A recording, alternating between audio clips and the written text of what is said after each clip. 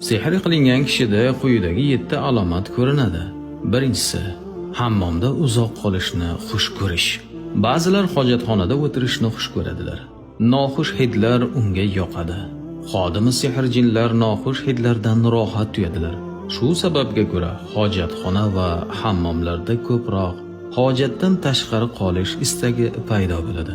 Ikkinchi, uxlaganda qo'llarini siqib musht qilib oladi. Bu tajribalarda kuzatilgan alomatlardan bo'lib, bog'lanish sehrlaridan darak hisoblanadi. Uchinchisi, doim bir tanglikni yaxshi ko'rish.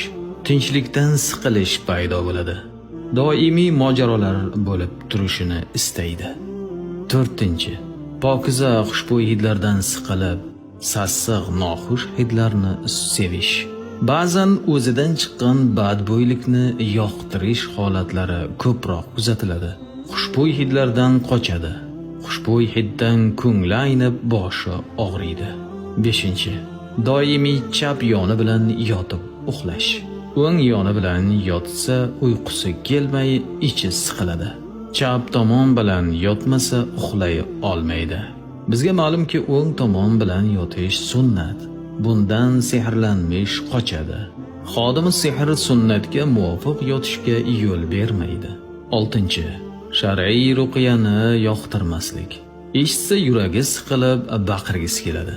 Ruqya o'qiydigan kishilarni yoqtirmaslik, ularga yaqinlashmaslikka harakat qilish. Bu ham sehrning barcha turida bo'ladigan alomat bo'lib, sehr yangilik vaqtida ko'proq bilinadi.